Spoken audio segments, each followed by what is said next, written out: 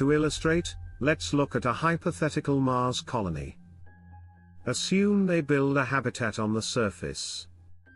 Without adequate protection, residents are at risk. A simple walk outside could expose them to harmful rays. Each day without protection compounds the hazard. Currently, scientists propose underground settlements. This could shield inhabitants from radiation. But underground living presents its own challenges. How will humans adapt to such conditions? It raises questions about sustainability and comfort. In summary, Mars is captivating but flawed. Its thin atmosphere poses critical risks for colonization. Recognizing this flaw is essential for future missions. We must innovate solutions before taking those bold steps. Are you ready to be part of the solution? Join the conversation about Mars exploration. Share your ideas and insights. Together, we can find ways to overcome these challenges. Subscribe for more insights and updates about Mars and space exploration. Now, let's highlight the steps needed to understand this flaw. First, have you ever dreamed of colonizing Mars?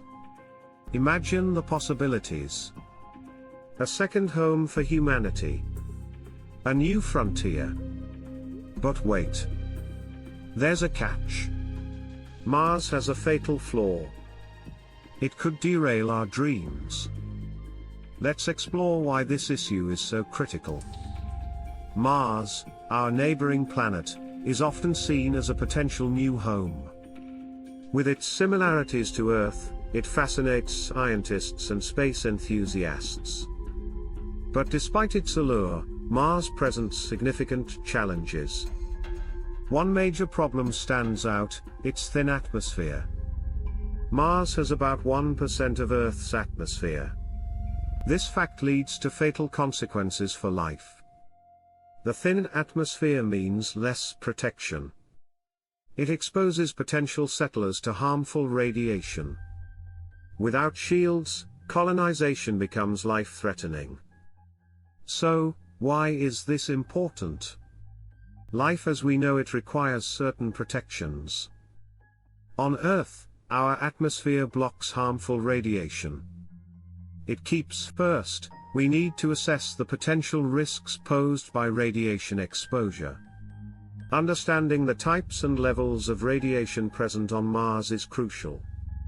Researchers must conduct extensive studies to evaluate the long-term effects of space radiation on the human body. High-energy particles can lead to serious health issues, including cancer and genetic mutations. Developing protective technologies will be an ongoing effort, emphasizing the importance of preparation and research in our mission. Next, we must consider the design of habitats that can effectively shield against radiation. Engineers and architects will need to collaborate to create structures that incorporate the right materials and technologies. This undertaking is not merely about building livable spaces, it's about crafting a safe environment where humans can thrive, even in harsh conditions.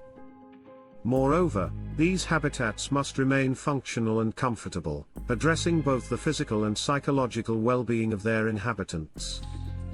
And health regulations to ensure a safe living environment for colonizers must be upheld. This involves understanding the psychological effects of living in confined spaces and developing strategies to promote mental health. Furthermore, sustainability must be a priority. Resource management will be vital, from air to water recycling systems, ensuring that settlers can maintain a self-sustaining lifestyle. Community building and support networks will become essential as well, fostering social connections among inhabitants to combat feelings of isolation.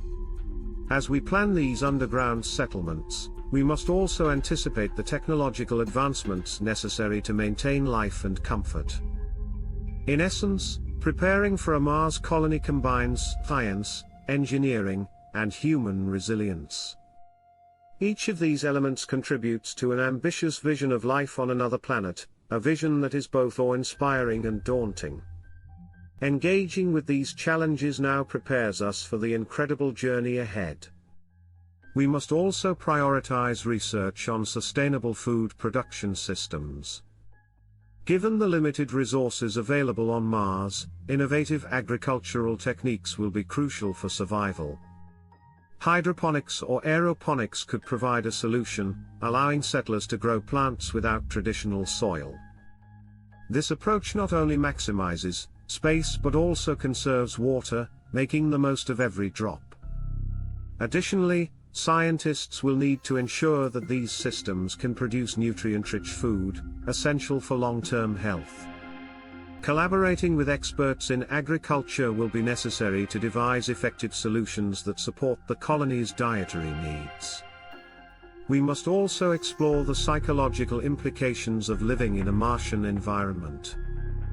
Habitats will isolate residents from the familiar comforts of Earth, and prolonged absence from natural light and open spaces may impact mental health significantly.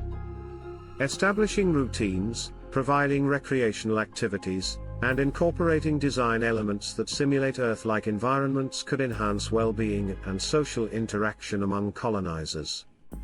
In conclusion, addressing Mars' environmental challenges will require innovative thinking and collaboration across multiple disciplines.